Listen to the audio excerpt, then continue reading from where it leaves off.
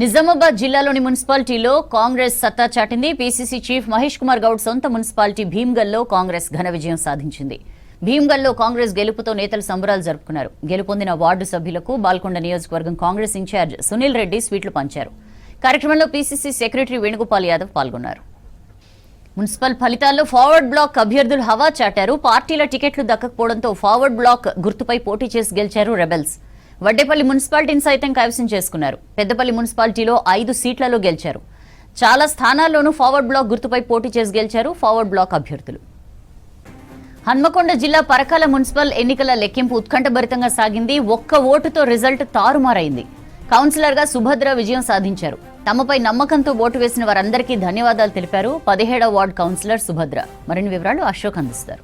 Parakala municipality 17వ వార్డులో హోరాహోరీగా లెక్కింపు కొనసాగుతుంది. ఈ లెక్కింపులో ఒక్క ఓటుతో సుభద్ర విజయం సాధించారు. ఎలా ఫీల్ అవుతున్నారో తెలుసుకునే ప్రయత్నం. అమ్మ చెప్పండి, ఒక్క ఓటుతోనే గెలిచారు, ఎట్లా ఫీల్ అవుతున్నారు? చాలా సంతోషంగా ఉంది సార్. ఎట్లా అనిపిస్తుంది అమ్మ ప్రజలలో తిరిగినప్పుడు కానీ గెలుపు లెక్కింపు జరుగుతున్నప్పుడు? చాలా మంచిగా ఉన్నది. ప్రతి ఇంటికి ప్రచారం కాంగ్రెస్ పార్టీ ప్రచారం చేస్తారు. చాలా సంతోషంగా ఉన్నది. లెక్కింపులకు వెళ్ళినామా? లెక్కింపు జరుగుతుంటే ఏమనిపించింది? సార్ చాలా ఉత్కంఠభరితంగా అనిపించింది సార్. గెలుపుతో మీరు చెప్పండి, అంటే ఆ కౌంటింగ్లో జరుగుతున్నప్పుడు ఎట్లా అనిపించింది? చాలా ఉత్కంఠభరితంగా జరిగినది.